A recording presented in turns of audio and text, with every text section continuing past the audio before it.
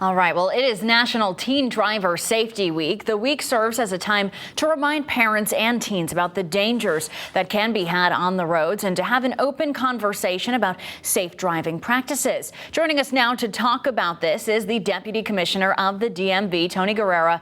This week, good morning. First of all, thank you so much for joining us. What is the message you want to get out to teen drivers and their parents this week?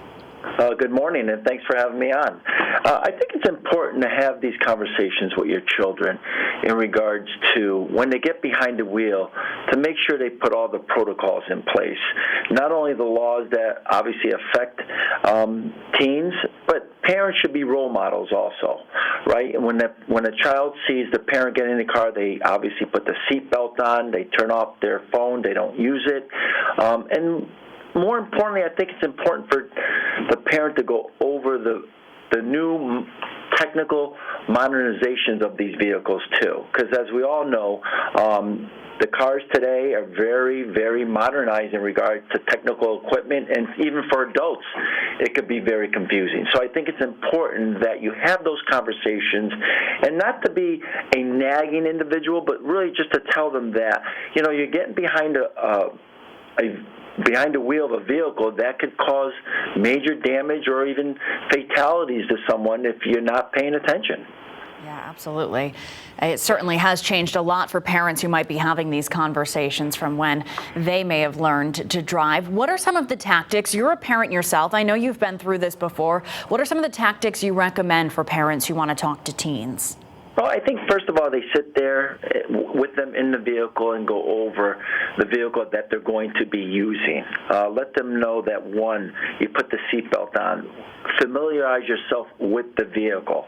Understanding that, you know, little things that you don't realize, that when you're changing the radio station or you're trying to find something on the station, that even for a brief 3 to 4 seconds that you take your eyes off the road could be damaging to yourself or to someone else. And to understand that no matter what, put that cell phone down and do not use it. As we all know, many of us still that drive on the road, we see many, many individuals using their cell phones. And whether it's Google Maps or whatever it is, it's still a distraction. And until we truly understand how to use those types of apps in a way that doesn't affect people behind the wheel, they should be put aside. Yeah, absolutely. Hopefully something that parents can ingrain into their children young as they learn to drive. Now, I remember when I was learning to drive and getting my first car, it was just, hey, you have a few $1,000s, this is what I can afford. But now, if parents can look into different options, one safety group saying that choosing the right vehicle for your teen is really important. What are some of the things they should factor in when looking for a vehicle? Well, I think, obviously, being a parent, and for all of the parents, you look at, of course, as a parent, you look for the car that has, obviously, the most in regards to safety protocols that are in place with that vehicle. Of course, I'm sure your child is going to want the coolest-looking car out there, right? But no matter what, you want to make sure that there's airbags, that, you know, has sensors in regards to even lane-changing sensors now, as we all know.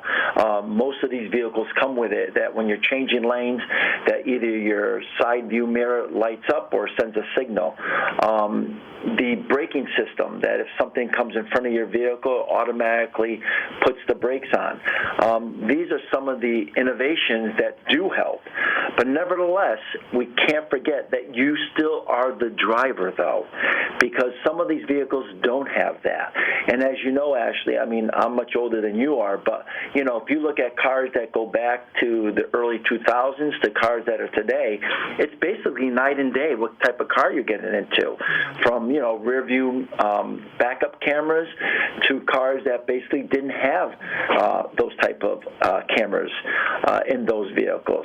But also I think as parents that you go over the restrictions, that you can't have passengers in the car for the first 6 months. It can only be a parent or a driving instructor. And then for the next 6 months, it can only be immediate family. In regards to driving at night as a teen, that, you can't be driving between the hours of 11 p.m. and 5 a.m. unless it's a work issue and you have a note or whatever it may be. Those are the things as parents that we need to make sure that we have those conversations, not just once in a while, but basically I would do it every week until you really feel comfortable that that child understands that vehicle and the responsibilities of driving a vehicle. Yeah, absolutely. All right. Great advice. Deputy DMV Commissioner Tony Guerrero, thank you so much for joining us this week to talk about that. And we'll make sure we get all of that information on our website, fox61.com. Thank you. All right. Take care.